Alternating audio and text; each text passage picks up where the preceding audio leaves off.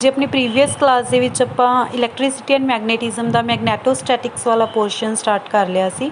ਉਸ ਦੇ ਵਿੱਚ ਆਪਾਂ ਬੇਸਿਕ ਥੋੜਾ ਮੈਗਨੈਟਿਕ ਫੀਲਡ ਮੈਗਨੈਟਿਕ ਫੋਰਸ ਬਾਰੇ ਡਿਸਕਸ ਕਰ ਲਿਆ ਸੀ ਤੇ ਅੱਜ ਆਪਾਂ torque on loop placed in magnetic field ਵਾਲੇ ਟੌਪਿਕ ਤੋਂ ਸਟਾਰਟ ਕਰਾਂਗੇ ਤੇ ਉਸ ਤੋਂ ਬਾਅਦ ਉਸ ਤੋਂ ਨੈਕਸਟ ਕੁਝ ਟੌਪਿਕਸ ਨੂੰ ਆਪਾਂ ਅੱਜ ਦੀ ਕਲਾਸ ਦੇ ਵਿੱਚ ਕਵਰ ਕਰਾਂਗੇ।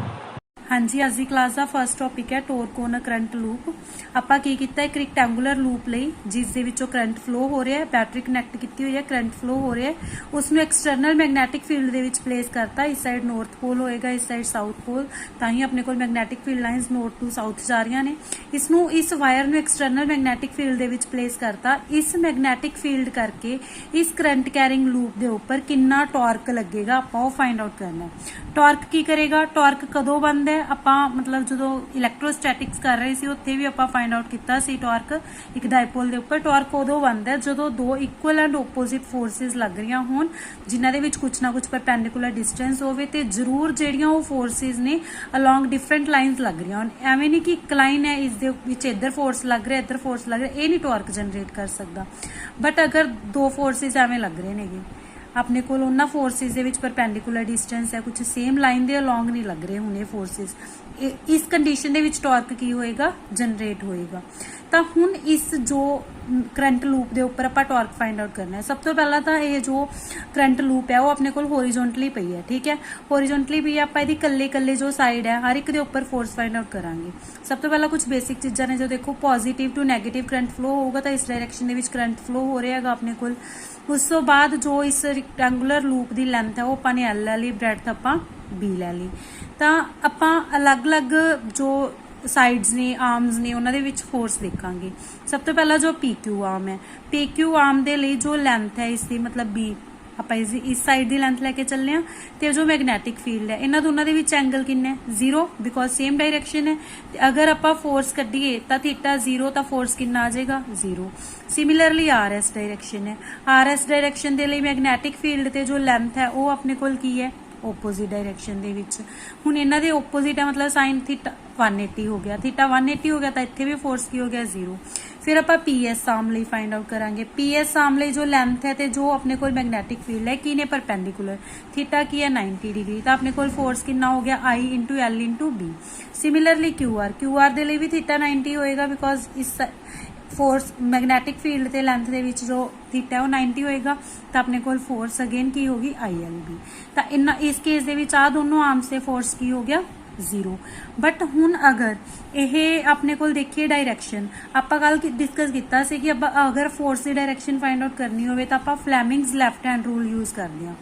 Fleming's left hand rule use करके अगर आप इस दे विच फोर्स फाइंड आउट करिए तो इसकी फोर्स इस आर्म ते फोर्स डाउनवर्ड आएगा, इस आर्म ते फोर्स अपवर्ड आएगा।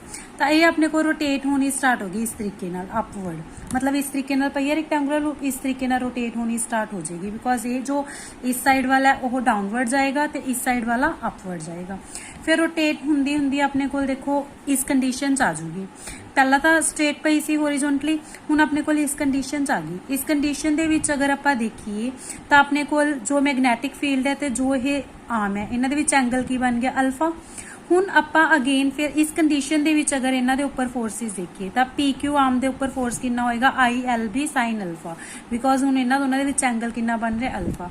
सिमिलरली अगर आपां ऐसा आर्म ते देखिए इत्थे भी अपने कोल की होएगा एंगल अल्फा ही है, तो अपने को इत्थे भी फोर्स की होएगा I L B sine alpha. हुण पी एस ते क्यू आर आर्म्स हमेशा मैगनैटिक फील्ड दे परपेंडिकुलर ही ने इत्थे भी, तो अपने को थीटा 90 होएगा तो इत्थे फोर्स कितनी हो जाएगी पी एस आर्म ते I L B again and Q R के उपर I L B because theta की है 90 डिग्री। हुण इस केस दे विच तां फोर्सिस 0 हो गई सी, इस केस दे विच देखिए फोर्सिस 0 नहीं है, इन्हां दी कुछ ना कुछ वैल्यू है। हुण अगर आप डायरैक्शन देखिए अगेन आप फ्लैमिंग्स लैफ्ट हैंड रूल लगा के देखिए इसके ऊपर फोर्स डाउनवर्ड आएगी, इस आर्म के उपर फोर्स अपवर्ड आएगी, बट ये सेम लाइन के अलॉन्ग लग रही ने जो फोर्सिस ने। आपां की डिस्कस किया सी कि जे सेम लाइन के अलॉन्ग फोर्सिस लगदियां ने वो अपने कोल कोई टॉर्क नहीं जनरेट करदियां, बिकॉज उन्हां दा इफैक्ट की हो जाता है zero. Equal and opposite forces इन्हां दा नैट इफैक्ट की हो जाता है zero, because equal and opposite forces का सबट्रैक्ट ही होणगियां, नैट इफैक्ट की हो गया जीरो। बट हुण इन्हां दोनों आर्म से देखिए, इस दे उपर फोर्स डाउनवर्ड लग रहा है, इस दे उपर फोर्स अपवर्ड लग रहा है according to Fleming's left hand rule. But ये दोनों सेम लाइन के अलॉन्ग नहीं लग रहे, इन्हां दी लाइन अलग अलग है। ये इस लाइन के अलॉन्ग लग रहा फोर्स, ते ए वाला फोर्स इस लाइन के अलॉन्ग। इन्हां दे विच कुछ ना कुछ परपेंडिकुलर डिस्टेंस जरूर होएगी। तो ये दोनों फोर्सिस टॉर्क जनरेट करनगियां, इन्हां दोनों फोर्सिस का नैट इफैक्ट की हो जाएगा जीरो। देखो जो set of forces on P Q and R S, that is F dash and F dash, ये इक्वल भी ने, ओपोजिट भी ने, सेम लाइन के अलॉन्ग भी एक्ट कर रहे हैं, तो ये एक दूजे का इफैक्ट कैंसल आउट करनगे। है पी एस से क्यू आर भी इक्वल ने, but these are not acting along same line, ता करके इन्हां दा इफैक्ट जीरो नहीं होएगा। हुण टॉर्क का फॉर्मूला भी आपां इलैक्ट्रोस्टैटिक च डिस्कस करके आए हैं। टॉर्क का फॉर्मूला होंदा है force into perpendicular distance, because equal forces he torque generate करदियां ने, तो फोर्स दोनों इक्वल ने, आपां कोई भी फोर्स लेके चल सकते हैं। तो I L B into perpendicular distance. हुण देखो परपेंडिकुलर डिस्टेंस की होएगी, इस लाइन के अलॉन्ग लग रहा एक फोर्स इस लाइन के अलॉन्ग। अगर आपां इन्हां दे विच परपेंडिकुलर डिस्टेंस देखिए तो ये वाली होएगी, आह परपेंडिकुलर डिस्टेंस आपां कढनी है। तो पहला देखो ए एंगल कितना होएगा अल्फा, अगर ए एंगल अल्फा है तो ए भी तो अल्फा ही होएगा ना, बिकॉज कोरेस्पोंडिंग एंगल्स हो गए, तो ये दोनों एंगल्स अल्फा ने। हुण अगर आपां इत्थे कुछ भी पॉइंट दे लिया, सपोज ओ पॉइंट दिता, आपां फाइंड आउट करना है पी ओ आपां फाइंड आउट करना है। आपां इससे ट्रिग्नोमेट्री लगाने आ, देखो P O upon P Q किस दे इक्वल होएगा, कॉस अल्फा दे, बिकॉज बेस अपॉन हाइपोटेन्यूज हो जाएगा। तो देखो अगर आपां फाइंड आउट करिए P O upon P Q is equal to cos alpha, P Q की वैल्यू कितनी है बी, तो पी ओ की वैल्यू कितनी आ जाएगी बी कॉस अल्फा। तो अपने को पी ओ की वैल्यू आ गई बी कॉस अल्फा, परपेंडिकुलर की वैल्यू आ गई बी कॉस अल्फा, वो आपां पुट करती। तो देखो अपने को की आ गया expression I L B multiply B cos alpha, जो अपने को L इंटू बी है। L is the length of rectangular wire and B is the breadth of rectangular wire. तो अपने को L इंटू बी करके की आ जाएगा एरिया। तो इसमें इस तरीके नाल भी लिख सकते हैं I B A cos alpha. A की है अपने को area, A is the area of the rectangular loop. तो हाँ जी, जिस तरह अपने को इलैक्ट्रिक डायपोल मूवमेंट होंगे P vector is equal to Q into 2a length of the dipole, Q into length of dipole, उसी तरह अपने को मैगनैटिक डायपोल मूवमेंट होंगे उसमें एम नाल डिनोट करते हैं, तो करंट इंटू एरिया के इक्वल होंगे। तो करंट मल्टीप्लाई एरिया नूं आपां M, magnetic dipole movement put करता, इत्थे आ गया एम बी कॉस अल्फा। तो ये अपने को एक्सप्रैशन आ गया टॉर्क के लिए। बट हुण अगर आपां नूं थीटा दिता होया होवे between the plane of the rectangular coil and perpendicular line, कि कोई लाइन अगर इस रेक्टेंगुलर कॉइल दे प्लेन दे परपेंडिकुलर ड्रॉ की हुई है, इन्हां दे विच आपां नूं पता होवे एंगल है अपने कोल थीटा। तो इत्थों डायग्राम तो क्लीयर हो रहा है कि जो अल्फा प्लस थीटा है वो 90 डिग्री के इक्वल है। तो आपां देखदे हां, अगर अल्फा प्लस थीटा 90 डिग्री के इक्वल है, alpha plus theta is equal to 90 degree, तो थीटा की वैल्यू कितनी आ जाएगी 90 डिग्री माइनस अल्फा, और वी कैन से अल्फा की वैल्यू आ जाएगी 90 डिग्री माइनस थीटा। तो आप अल्फा की प्लेस से की पुट कर सकते हैं 90 डिग्री माइनस थीटा। जदों आप कॉस 90 माइनस थीटा करांगे तो अपने को की आ जाएगा sine theta, because cos 90 minus theta कितना होंगे साइन थीटा। तो इत्थे आ जाएगा एम बी साइन थीटा, तो उसनों आपां साइन थीटा हटा के आप लगा देने होंगे क्रॉस प्रोडक्ट। तो देखो अगर अपन आ थीटा एंगल पता हो तो एम बी साइन थीटा हो जाएगा, साइन थीटा हटा के आप क्रॉस प्रोडक्ट लगा देने होंगे। बट ये सिर्फ उदों आ रही है क्रॉस प्रोडक्ट जदों आपां नूं इस वायर दे परपेंडिकुलर दी नाल थीटा पता होवे कि जो ये प्लेन है, इस वायर दा प्लेन है, इस दे परपेंडिकुलर नाल आपां नूं एंगल पता होवे। ये सिर्फ उदों आंदा है अपने कोल, बिकॉज थीटा एंगल उदों ही इन्वॉल्व हो रहा है। जो तक अपने कोल अल्फा एंगल सी तां अपने कोल कॉस अल्फा सी तां उत्थे आपां की लगावांगे M vector dot B vector, because cos हटा के आपां डॉट प्रोडक्ट लगाने हुंदे आ, साइन हटा के आपां क्रॉस प्रोडक्ट लगाने हुंदे आ। तां आपां नूं ये फॉर्मूलाज क्लीयर होने चाहिए ने टॉर्क दा। एम बी कॉस अल्फा जदों आपां नूं इस दा जो प्लेन ऑफ दी वायर है इसका सिर्फ बी नाल एंगल पता है, अगर आपां नूं प्लेन ऑफ वायर दा परपेंडिकुलर दे नाल एंगल पता है तां आपां की लगा सकदे आ क्रॉस प्रोडक्ट। हाँ जी, तो टॉर्क के फॉर्मूला च आपां डिस्कस किया सी कि जो एम है वो आई ए दे इक्वल हुंदा है current into area they. But अगर जो लूप है उस दे विच बहुत सारिया टर्न्स होन, इस तरीके नाल वायर टर्न की हुई होवे, बहुत सारिया टर्न्स होन, तो अपने कोल जो एम है वो एन आई ए दे इक्वल हो जाता है, मतलब नंबर ऑफ टर्म्स दे नाल भी मल्टीप्लाई हो जाता है। नंबर ऑफ टर्न्स किन्नियां ने वो भी अपने कोल काउंट होंदियां ने मैगनैटिक डायपोल मूवमेंट काउंट करने लगी। ठीक है, तो ये फॉर्मूलाज ने, because upon exam they which formulas भी आ सकते हैं कि किस दे इक्वल हुंदा है अपने कोल मैगनैटिक मूवमेंट, किस दे इक्वल हुंदा है टॉर्क, किस दे इक्वल हुंदा है, तो अपन सारे कॉन्सैप्ट्स क्लीयर होने चाहिए। तो नैक्सट अपने कोल है टॉपिक बायट-सैवर्ट्स लॉ। जो बायट-सैवर्ट्स लॉ है वो अपने कोल अपन सब तो पहला ये सबनों पता है कि जो करंट कैरिंग वायर हुंदी है, कोई भी करंट कैरिंग वायर है उसके आसपास मैगनैटिक फील्ड प्रोड्यूस हुंदे। आपां कल ही डिस्कस किया सी कि सब तो पहला ऑयस्टर्ड नाम के एक साइंटिस्ट ने ये डिस्कवर किया कि कोई करंट कैरिंग वायर है उसके नाल मैगनैटिक फील्ड प्रोड्यूस हुंदे। हुण अगर आपां नूं कोई भी करंट कैरिंग लूप दी हुई है, उसकी कोई भी शेप हो सकती है, अगर वो लूप दे करके आपां किसी भी पॉइंट ते मैगनैटिक फील्ड प्रोड्यूस करना होवे, किसी भी करंट कैरिंग लूप दे करके आपां मैगनैटिक फील्ड प्रोड्यूस जो होया वो फाइंड आउट करना होवे, तो आपां बायट-सैवर्ट्स लॉ यूज कर सकते हैं। आपां सपोज इत्थे एक लूप लई, इस लूप दे विचों आई करंट फ्लो हो रहा है, आई करंट फ्लो हो रहा है, आपां इस लूप दे करके इस पॉइंट पी दे उपर जो कि इस लूप तो आर डिस्टेंस से है, इस पॉइंट पी दे उपर मैगनैटिक फील्ड फाइंड आउट करना है। मैगनैटिक फील्ड फाइंड आउट करने दे लई आपां सपोज इस करंट कैरिंग लूप का एक छोटा जा एलीमेंट ले लिया डी एल छोटा जा एलीमेंट ले लिया, इस एलीमेंट करके पहला मैगनैटिक फील्ड फाइंड आउट कर लेने, फिर आपां टोटल फाइंड आउट कर लांगे। तो हुण देखो सपोज इसकी लेंथ आपां डी एल लईए तो यह करंट कैरिंग एलीमेंट हो गया, मतलब ये वो एलीमेंट हो गया जिसके विचों करंट फ्लो हो रहा है। तो इस करंट कैरिंग एलीमेंट का जो करंट है वो आई डी एल वैक्टर के इक्वल होएगा। आईडीएल वैक्टर की डायरैक्शन सेम होएगी जिहड़ी अपने कोल करंट की डायरैक्शन है। तो हुण देखो आपां कहने आ कि जो अपने कोल मैगनैटिक फील्ड प्रोड्यूस होया इस करंट कैरिंग एलीमेंट दे करके, वो अपने कोल एक तां करंट ते डिपेंड करेगा, कितना करंट फ्लो हो रहा है, एक अपने कोल डिपेंड करेगा डीएल कितना एलीमेंट लिया आपां, लेंथ कितनी ली है एलीमेंट की, एक अपने को इनवर्सली प्रपोर्शनल होएगा आर स्केयर दे, मतलब जिन्नी इस करंट कैरिंग एलीमेंट दी पी पॉइंट तो डिस्टेंस है उस डिस्टेंस के स्केयर दे इनवर्सली प्रपोर्शनल है। हुण अगर आपां देखिए इत्थे एंगल बन रहा होएगा कोई भी थीटा एंगल सपोज आपां ले लिया, अगर आपां देखदे हां भी जिहड़ा मैगनैटिक फील्ड प्रोड्यूस होया, मैगनैटिक फील्ड जो हुंदा है वो करंट जिस डायरैक्शन च करंट फ्लो कर रहा है उस तो परपेंडिकुलर डायरैक्शन च मैक्सिमम हुंदा है, ते उसी डायरैक्शन दे विच जिस डायरैक्शन दे विच करंट फ्लो कर रहा है उस डायरैक्शन दे विच जां उस तो ओपोजिट डायरैक्शन दे विच अपने कोल मैगनैटिक फील्ड की हुंदा है जीरो, मतलब जो थीटा जीरो हुंदा है जां 180 हुंदा है उदों मैगनैटिक फील्ड जीरो हो जांदा है, जो थीटा 90 हुंदा है उदों मैगनैटिक फील्ड मैक्सिमम हो जांदा है। तो जरूर जो मैगनैटिक फील्ड है वो अपने कोल साइन थीटा दे उपर डिपेंड करदा होएगा, because sine 90 is maximum and sine 0 and 180 is 0। तो इत्थों अपन की पता चल गया कि जो डी बी है वो I D L into sine theta upon R square दे इक्वल होएगा। हुण प्रपोर्शनैलिटी हटा के आपां कांस्टेंट लगाने आ, इसनों आपां लगाया mu naught upon 4 pi D I D L sine theta upon R square. अपने कोल जो म्यू नोट अपॉन 4 पाई है ये प्रपोर्शनैलिटी कांस्टेंट है इन एसआई सिस्टम। हुण अगर आपां इसनों वैक्टर फॉर्म दे विच लिखिए, वैक्टर फॉर्म च किवें लिख सकदे हां, mu naught upon 4 pi I D L vector cross R cap upon R square.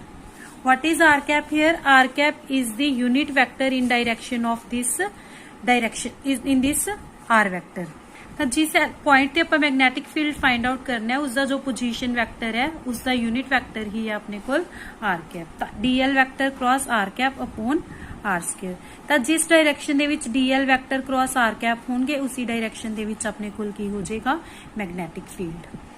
तो अगर आप इसनू इस तरीके नाल भी लिख सकते हैं mu naught upon 4 pi I DL vector cross R vector upon R cube, because अपने कोल जो आर कैप हुंदा है डायरैक्शन वैक्टर यूनिट वैक्टर हुंदा है वो आर वैक्टर अपॉन आर दे इक्वल हुंदा है। तो आप वैल्यू पुट कर सकते हैं। तो हुण अपने कोल जो डायरैक्शन ऑफ DB होएगी, direction of DB vector is given by DL vector cross R vector, और we can say perpendicular to plane containing DL vector and R vector, क्योंकि जिस प्लेन दे विच DL वैक्टर ते R वैक्टर ने उस plane दे परपेंडिकुलर होएगी DB वैक्टर दी डायरैक्शन, या फिर आपां कह सकते हैं कि इन्हां दोनों दी क्रॉस प्रोडक्ट दी डायरैक्शन दे विच ही होएगी, बिकॉज इन्हां दी क्रॉस प्रोडक्ट दी जो डायरैक्शन हुंदी है वो इस दे प्लेन दे परपेंडिकुलर ही हुंदी है ते DB वैक्टर दी डायरैक्शन भी इस प्लेन दे परपेंडिकुलर होएगी। तो आपां ये कह सकते हैं कि इसकी डायरैक्शन इहदी क्रॉस प्रोडक्ट दिंदी है, या फिर ये भी कह सकते हैं कि DB vector is perpendicular to plane containing DL vector and R vector. तो ये सारे कॉन्सैप्ट्स अपन नूं क्लीयर होने चाहिए ने, बिकॉज अपन नूं एग्जाम दे विच किसी भी तरीके नाल MCQ दे विच पूछ सकते हैं कि direction of DB vector is given bye. तो अपन नूं सारे कॉन्सैप्ट्स पता होने चाहिए ने हर एक दे अकॉर्डिंग कि आपां किवें टिक करना है उत्थे। तां जी जो आपां नूं हाँ जी अपने कोल जो मैगनैटिक फील्ड की डायरैक्शन है वो अपने कोल मैक्सवैल्स राइट हैंड थंब रूल के अकॉर्डिंग पता चलती है। जिवें मैगनैटिक फोर्स अपन फ्लैमिंग्स लैफ्ट हैंड रूल के नाल उसी डायरैक्शन पता चलती है, उवें अपने कोल जो मैगनैटिक फील्ड है वो मैक्सवैल्स राइट हैंड थंब रूल के नाल मैक्सवैल्स राइट हैंड थंब रूल के अकॉर्डिंग अगर आपां कोई भी करंट कैरिंग वायर नूं अपने हैंड दे विच इस तरीके नाल पकड़ीए कि जो थंब है वो आपां नूं करंट की डायरैक्शन देवे, थंब करंट की डायरैक्शन दे रही है, जो फिंगर्स का कर्ल है फिंगर अपने कोल किवें कर्ल होणगियां, देखो थंब एवें है, फिंगर इनवर्ड कर्ल होणगियां डाउनवर्ड जा रही ने फिंगर्स कर्ल होने लई।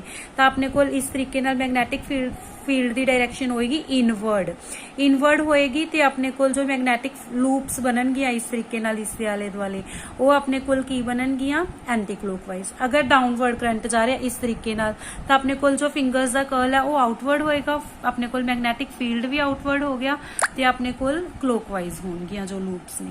तो ये अपने कोल जो मैक्सवैल्स राइट हैंड रूल है ये आपां नूं राइट हैंड थंब रूल है ये आपां नूं मैगनैटिक फील्ड की डायरैक्शन प्रोवाइड करता है। तो ये अपने कोल बायट-सैवर्ट्स लॉ के अकॉर्डिंग मैगनैटिक फील्ड का एक्सप्रैशन है।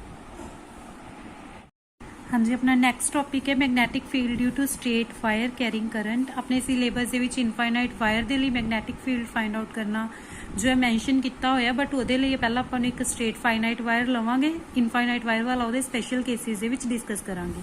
तो सब तो पहला सपोज आप एक वायर लई जिस दे विच अपवर्ड आई करंट फ्लो हो रहा है, इस वायर के करके आप इस P पॉइंट के उपर मैगनैटिक फील्ड फाइंड आउट करना है। सपोज आप इस वायर के विच एक करंट एलीमेंट लै लिया जिवें आप बायट-सैवर्ट्स लॉ के विच पिछे डिस्कस करके आए हैं। ये करंट एलीमेंट की लैंथ आपां DL लई ते इसका सेंटर सपोज O है, इस करंट एलीमेंट का सेंटर O है। तो इस सेंटर तो लैके P तक की डिस्टेंस कितनी है R, ते अपने कोल इस सेंटर दे नाल जो P पॉइंट की लाइन ज्वाइनिंग लाइन है इस एंगल कितना बन रहा है थीटा, वायर दे नाल एंगल कितना है थीटा। C सपोज इस पूरी वायर का सेंटर है तो इस वायर के सेंटर की डिस्टेंस P तो कितनी है A।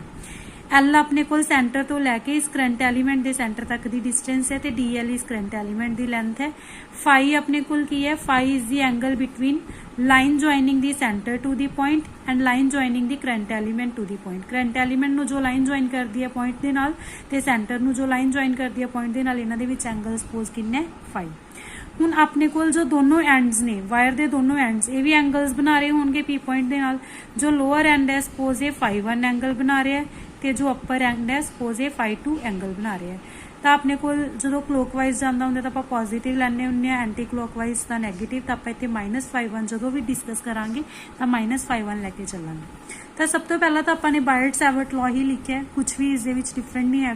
हुण देखो अकॉर्डिंग टू डायग्राम जो ये एंगल होएगा ये थीटा होएगा, बिकॉज आप एक स्ट्रेट लाइन ते लिया हुआ है, मतलब जो पॉइंट है वो सेंटर वाली लाइन दे विच ही है, मतलब एक स्ट्रेट लाइन दे विच है सेंटर दे नाल ये पॉइंट। तो अपने कोल ये एंगल 90 हो जाएगा, थीटा प्लस फाइव भी 90 हो जाएगा बिकॉज ट्रैंगल के तीनों एंगल्स का सम कितना 90। तो थीटा प्लस फाइव 90 है। तो इतों आप थीटा की वैल्यू फाइंड आउट करिए 90 डिग्री माइनस 5। तो इतने साइन थीटा जो है वो जगह पर की आ जाएगा साइन 90 माइनस 5 मीनस कॉस 5। तो ये एक्सप्रैशन इस तो ही बने आप फाइव की फॉर्म के फाइंड आउट कर लिया। हुण अगर आप इथों डायग्राम तो देखिए तो अपने को देखो जो ए अपॉन आर है, ए की है बेस इस ट्रायंगल का फाइव के अकॉर्डिंग, आर की है हाइपोटेन्यूज। ए अपॉन आर किससे इक्वल होएगा कॉस फाइव दे। तो आर की वैल्यू फाइंड आउट करांगे ए अपॉन कॉस फाइव मीनस ए सीकेंड फाइव। हुण एक्चुअल च आपां की कर रहे हैं जो भी आर है एल है इहदी वैल्यू फाइव की फॉर्म के विच इन्हां दी वैल्यूज फाइंड आउट कर रहे हैं। हुण देखो जो यही ट्रायंगल दे विच एल अपॉन ए है परपेंडिकुलर अपॉन बेस, ये किससे इक्वल होएगा tan फाइव दी। एल की वैल्यू कितनी आ जाएगी a tan फाइव, बट आपां नूं तां dl दी चाहिदी है ना एक्सप्रैशन दे विच, तां आपां dl फाइंड आउट कर लांगे। डेरीवेट लैके dl is equal to a secant square phi d phi. tan phi का डेरीवेटिव हुंदा सीकेंड स्केयर फाइव। तां आपां dl की वैल्यू पुट करती, cos phi as it is पिया सी। उस तो बाद आपां जो r है r की वैल्यू a सीकेंड फाइव पुट करती, सॉल्व किया, अपने को एक्सप्रैशन बच गया। बट ये तो अपने को इस करंट एलीमेंट के लिए है मैग्नेटिक फील्ड, आपां तां पूरी वायर के लिए फाइंड आउट करना है। तो आपां नूं इंटीग्रेट करना पएगा। जो mu naught I upon 4 pi ए है तो कांस्टेंट है, सिर्फ फाइव वेरी कर रहा है। Phi lower end to upper end vary कर रहा है। लोअर एंड के लिए 5 1 है तो अपर एंड के लिए 5 2 है। तो आपां लिमिट्स की लवांगे -5 1 टू 5 2। माइनस क्यों? बिकॉज ये एंटी क्लॉकवाइज डायरेक्शन के विच है। तो -5 1 टू 5 2। cos फाइव की इंटीग्रेशन होंगी है sin five, -5 1 to 5 2। Limits put करांगे upper limit minus lower limit करके। एक तो माइनस पहला ही आऊगा because upper limit minus lower limit होंगी है, तो एक -5 5 1 दे अगे तो माइनस माइनस हो जाएगा प्लस। तो अपने को एक्सप्रैशन आ जाएगा magnetic field due to straight wire carrying current के लिए। हाँ जी, आप स्पेशल केस डिस्कस करते हैं इनफाइनाइटली लॉन्ग वायर के लिए, जो एक्चुअल अपने सिलेबस के मैंशन है। अगर ये वायर बहुत ज्यादा लॉन्ग होगी, बहुत ज्यादा लॉन्ग होगी, तो जोड़ा ये 5 1 ते 5 2 एंगल है ये दोनों π/2 ਨੂੰ अप्रोच कर जाएंगे, मतलब ये दोनों π/2 के इक्वल हो जाएंगे। सपोज देखो जिवें इनक्रीज हो जाएगा ये थीटा इनक्रीज हो के ये 5 1 ते 5 2 किस अप्रोच कर जाएंगे π/2 ਨੂੰ। ਤਾਂ फॉर इनफाइनाइटली लॉन्ग वायर 5 1 ते 5 2 दोनों किन्ने हो जाएंगे π/2। ਤੇ ਆਪਾਂ वैल्यूज पुट कर ਦਾਂਗੇ b is equal to mu not I upon 4 pi A. इत्थे अपने को sin π/2 प्लस sin π/2। sin π/2 की वैल्यू होंगी है 1 1 प्लस 1 कितना हो जाएगा 2। अपने को कितना आ जाएगा सॉल्व करके mu naught I upon 2 pi ए। ये अपने को हो गया magnetic field for infinitely long wire mu naught I upon 2 pi ए। ये डायरैक्ट एक्सप्रैशंस बहुत इंपॉर्टेंट ने, अपन सीधा ही मतलब उत्थे क्वेश्चन आ सकता है कि magnetic field due to infinitely long wire. उत्थे अगर mu not I upon 4 pi A देता ऑप्शन दे विच, एक ऑप्शन च देता mu not I upon 2 pi A, एक ऑप्शन च देता mu not I upon 8 pi A. तो आपां नूं पता होना चाहिए कि जो लॉन्ग वायर लै रहे हैं आपां लॉन्ग वायर के केस दे विच अपने कोल कितना आ जाएगा mu naught I upon 2 pi A. What is A? A is the distance of the point from the center of the wire। या फिर ਆਪਾਂ ਇਹ कह सकते हैं कि जो A है वो अपने को परपेंडिकुलर डिस्टेंस है पॉइंट दी वायर तो, बिकॉज अगर वो सेंटर भी नहीं है बट A परपेंडिकुलर डिस्टेंस ले रहे हैं आप वायर तो इस पॉइंट की। तो A is the perpendicular distance of the point from the wire. तो ये अपने को एक्सप्रैशन है for magnetic field due to infinitely long wire.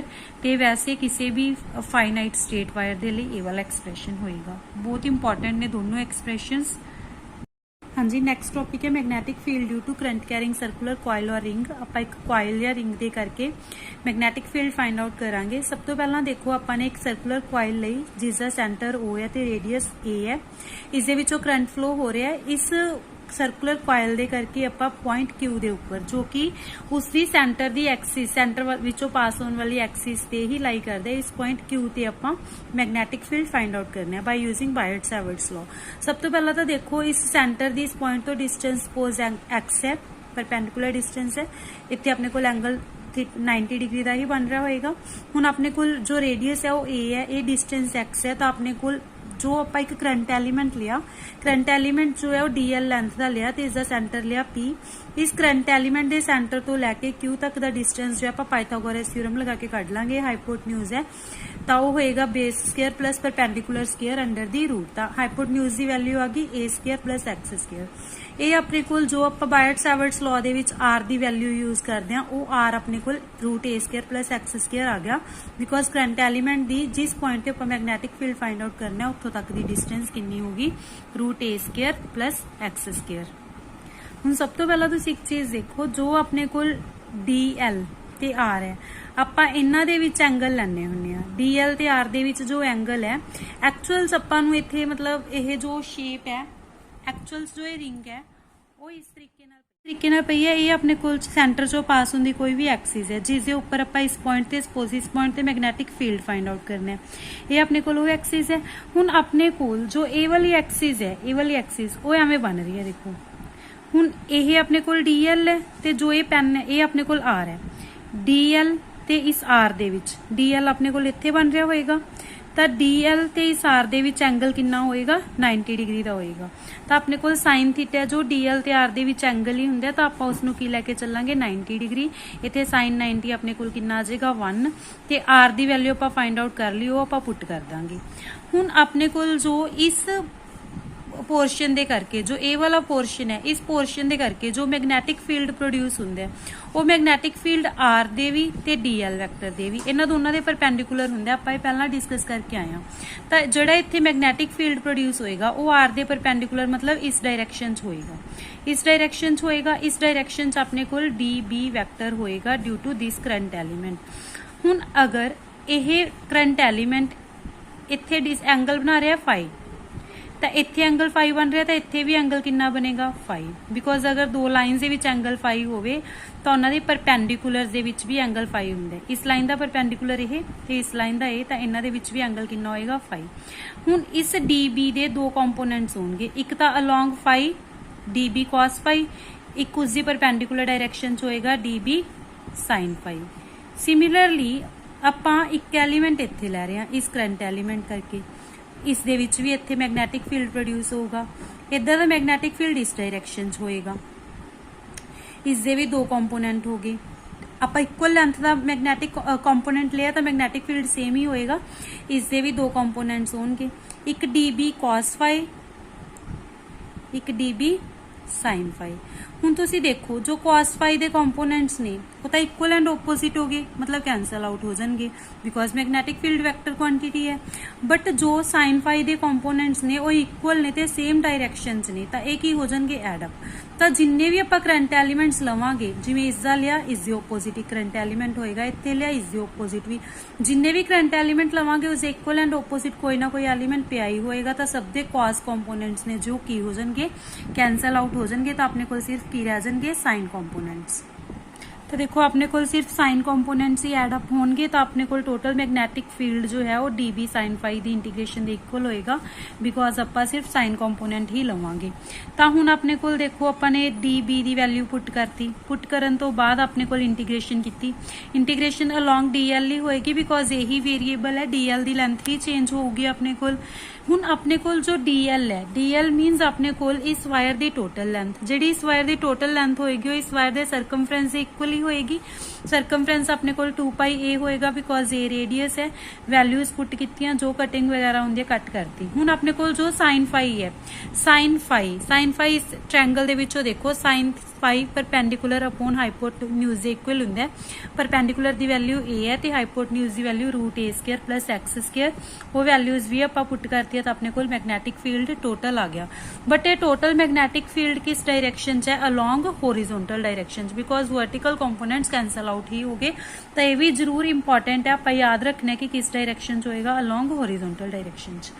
हुण अपने कोल जे नंबर ऑफ टर्न्स एन ने मतलब सर्कुलर कॉइल जो है इससे बहुत सारे टर्न्स ने, एक कॉइल उसके ऊपर एक होर turn again number of turns ने।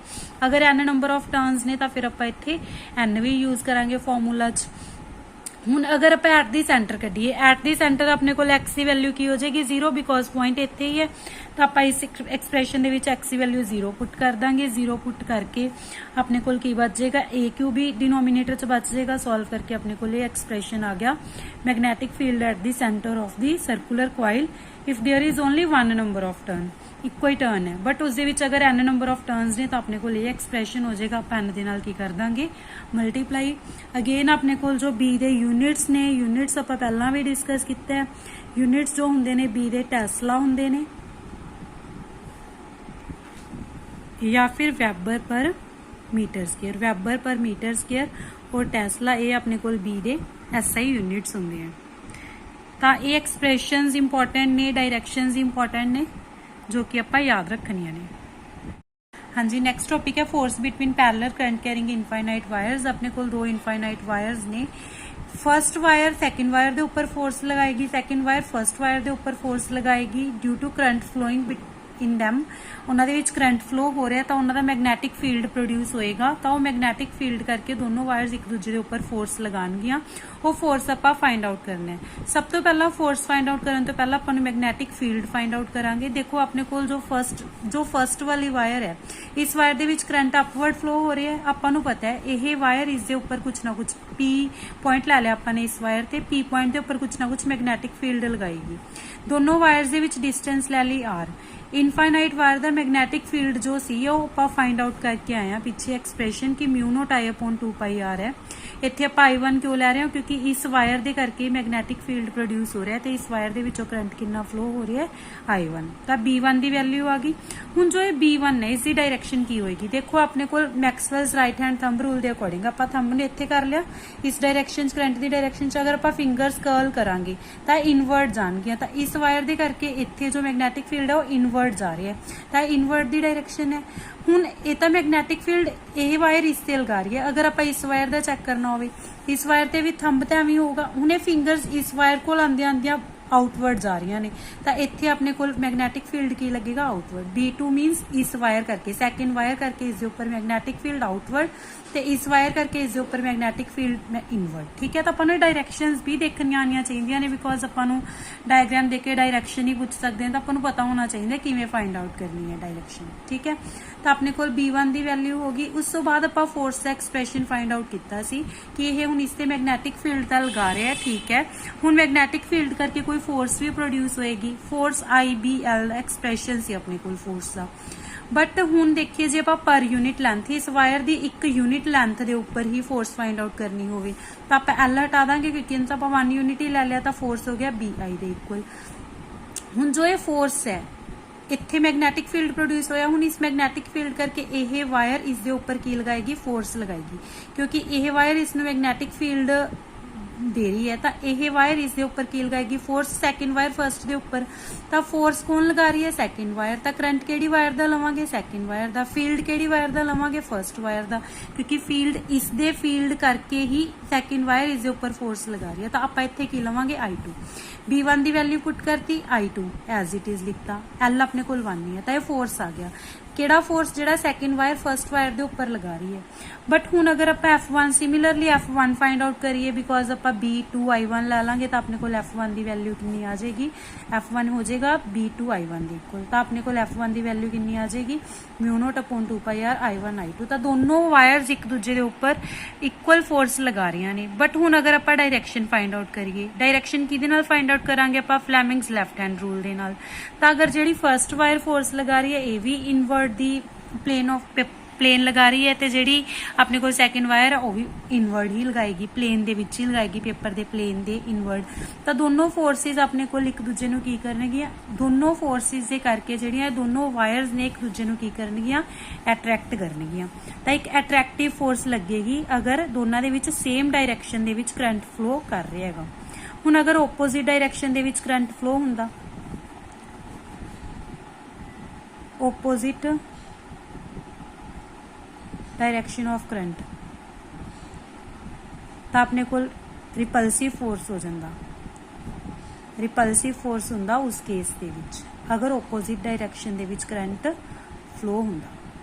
हुण इत्थे अट्रैक्टिव होएगा because same direction of current है, सेम डायरैक्शन ऑफ आई है, ताही अपने को इत्थे किहड़ी फोर्स है, अट्रैक्टिव। तो हुण अगर उत्थे पेपर दे विच आपां नूं एवें दे के पूछ लिया कि बाकी सारे डायरैक्शनस भी रिप्रेजेंट करते कि इत्थे किस टाइप की फोर्स होएगी, अट्रैक्टिव, इत्थे किस टाइप की होएगी, अट्रैक्टिव, इत्थे किस टाइप की होएगी, रिपल्सिव, बिकॉज ओपोजिट डायरैक्शन होगी। तो अपने को अगर I1 ते I2 दोनों 1 एम्पीयर हो जाए, डिस्टेंस भी 1 मीटर की लै लीए, तो अपने को जो फोर्स है वो म्यू नॉट अपॉन 2πr 2π के इक्वल ही रह जाएगी, उसकी वैल्यू होएगी 2 इंटू 10⁻⁻⁷ बिकॉज अपने को म्यू नॉट अपॉन 4π दी होंगी 4 इंटू 10⁻⁻, तो अपने को म्यू नॉट अपॉन 2π दी हो जाएगी 2 इंटू 10⁻⁷। सॉरी अपने को जो म्यू नॉट अपॉन 4π दी होंगी 10⁻⁷ के ऑर्डर की होंगी है। अगर उन्होंने आप 2 नाल मल्टीप्लाई कर देंगे तो अपने को म्यू नॉट अपॉन 2π आ जाएगा, तो उसकी वैल्यू है 2 इंटू 10⁻⁷ न्यूटन। बिकॉज ये भी एग्जाम के स्पैशल केस बना के आपको इन्ना क्वेश्चन भी आ सकता है कि अगर आप 2 वायरस जिन्हों चो 1 एम्पीयर करंट फ्लो हो रहा है, डिस्टेंस 1 मीटर से पे, तो उन्होंने फोर्स कितना लगेगा, तो आपको सब कुछ पता होना चाहिए। तो नैक्सट है अपने को ampere circuital law. Ampere circuital law के अकॉर्डिंग अगर आप किसी भी क्लोज्ड सर्किट के अलोंग, किसी भी क्लोज्ड सरफेस के अलोंग जो मैगनैटिक फील्ड होंगे, मैगनैटिक फील्ड का लाइन इंटैग्रल लईए, किसी भी क्लोज्ड सरफेस के अलोंग मैगनैटिक फील्ड का लाइन इंटैग्रल लईए तो वह म्यू नॉट आई के इक्वल होंगे। What is I here? I is the current flowing in the circuit. ठीक है, म्यू तो अपने को परमेबिलिटी होंगी है, तो अपने को लाइन यह अपने को की है इसकी definition, line integral of magnetic field along closed surface is equal to mu naught times of current in circuit, कि उस सर्किट के विचों कितना करंट फ्लो कर रहा उसके म्यू नॉट टाइम्स इक्वल होएगा अपने को line integral of magnetic field. इस टोटल करंट आई फ्लो हो रहा है सपोज, तो यह अपने को एम्पीयर सर्कुइटल लॉ की डेफिनेशन है। हाँ जी, इस एम्पीयर सर्कुइटल लॉ का प्रूफ की है, देखो B vector dot D L vector है, जो कोई भी आप क्लोज सरफेस लै रहे हैं बी वैक्टर बी की डायरैक्शन उसके टेंजेंट के अलोंग ही होंगी है हमेशा, तो यही अपने को डी एल कॉम्पोनेंट की डायरैक्शन होंगी है। तो बी ते डी एल के हमेशा एंगल कितना होंगे 0 होंगे अलोंग दी क्लोज सरफेस, तो cos 0 1 नहीं होंगे, तो अपने को B vector dot D L vector की रह गया B D L the integration. D L की इंटीग्रेशन आप करांगे तो 2πr हो जाएगी, क्योंकि आप एक क्लोज्ड सर्कुलर लूप लैके चले आ। तो अपने को बी की वैल्यू भी पुट कर देंगे, mu naught I upon 2πr होंगी है।